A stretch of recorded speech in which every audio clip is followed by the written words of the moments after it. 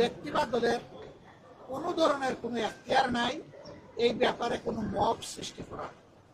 আমরা এই নোংরা মবের নিন্দা জানাই এবং আমরা দেখতে চাই যে মব যেন এখানেই শেষ হয়। মনে রাখবেন, দুনিয়ার মানুষ এখন অনেক সচেতন। মব করে জনমত এখন প্রভাবিত করার দিন শেষ। সবাই জনগণের কাছে যাবে, নিজের বক্তব্য নিয়ে যাবে, দলের অঙ্গীকার নিয়ে যাবে, নিজের চরিত্র নিয়ে যাবে, নিজের কার্যক্রম নিয়ে উপস্থিত হবে। জনগণ অতীত বর্তমান বিবেচনা করে ভবিষ্যতে কার উপর আস্থা রাখবে সেই সিদ্ধান্ত। আমাদের অঙ্গীকার একেবারেই স্পষ্ট। আমরা একটা দুর্নীতি, দুঃশাসন মুক্ত, ন্যায় ইনসাফ ভিত্তিক আমরা একটা সমাজ গড়তে চাই, যেই সমাজে ফ্যাসিজম আর ফিরে আসবে না।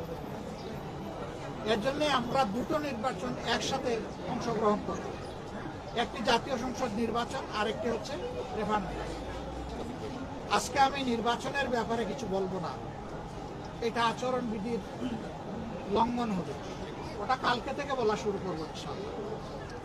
কিন্তু শুধু এই আসনে না, 300 আসনে যারা নির্বাচনে অংশগ্রহণ করছেন তাদের সকলের প্রতি আমাদের অনুরোধ, প্লিজ জনগণের প্রতি আস্থা রাখুন। জনগণকে শান্তিপূর্ণভাবে সিদ্ধান্ত নিয়ে তার ভোট তার পছন্দ মতো প্রতীক এবং বাক্সে পৌঁছানোর সুযোগ দিন। এর মাধ্যমে যেই নির্বাচিত হয়ে আসবে সকল রাজনৈতিক দলের দায়িত্ব হবে তাকে সহযোগিতা করা, তাকে অভিনন্দন জানানো।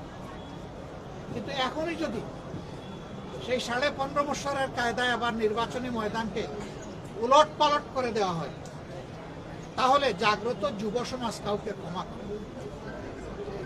তারা তো মুখের রক্ত দিয়েই পরিবর্তন হচ্ছে। দেশবাসী আমরা তাদের সাথে ছিলাম, নেতৃত্ব তারাই দিয়েছে।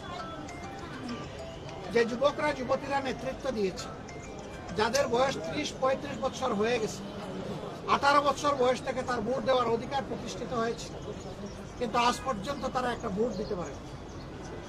একজন নাগরিকের সবচেয়ে বড় অধিকার হলো তার ভোটের অধিকার, সেই অধিকারই কেড়ে নেওয়া হয়েছে। একই কায়দায় এখন যদি কেউ আবার আমার ভোট আমি দিব, তোমারটাও আমি দিব, এই স্লোগান দিয়ে যদি কেউ ভোটের ময়দানে নামে, এই যুব সমাজ তাদেরকে ভোটের মাধ্যমে, ব্যালটের মাধ্যমে সমুচিত জবাব দেবে।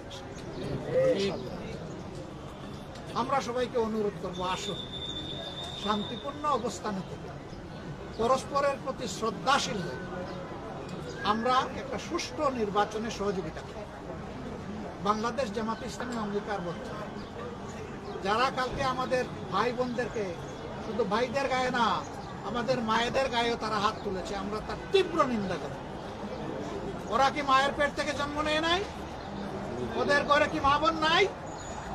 মা বোনদের প্রতি সামান্য সম্মান দেখানো, নিশ্চয়ই তারা পরিবার থেকে সেই শিক্ষা পেয়েছে। যদি না পেয়ে থাকে, এটা দুর্ভাগ্য।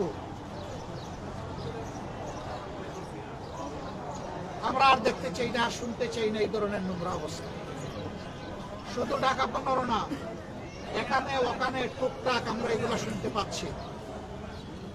আমরা নির্বাচন কমিশন এবং সরকারকে বলবো, যদি সত্যি আপনারা যে অঙ্গীকার করেছেন সুষ্ঠু নির্বাচনের, সেই অঙ্গীকার যদি আপনারা বাস্তবায়ন দেখতে চান, তাহলে আপনাদের দায়িত্ব আপনাদেরকে অবশ্যই পালন করতে হবে।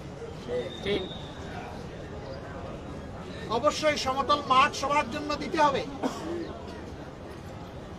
অবশ্যই সবাইকে সমান সুযোগ দিতে হবে, এবং যারাই সন্ত্রাস এবং দুর্বৃত্তপনা করবে তাদের মুখের দিকে না তাকাইয়া আপনাদের দায়িত্বের দিকে তাকাইয়া তাদেরকে আইনের আওতায়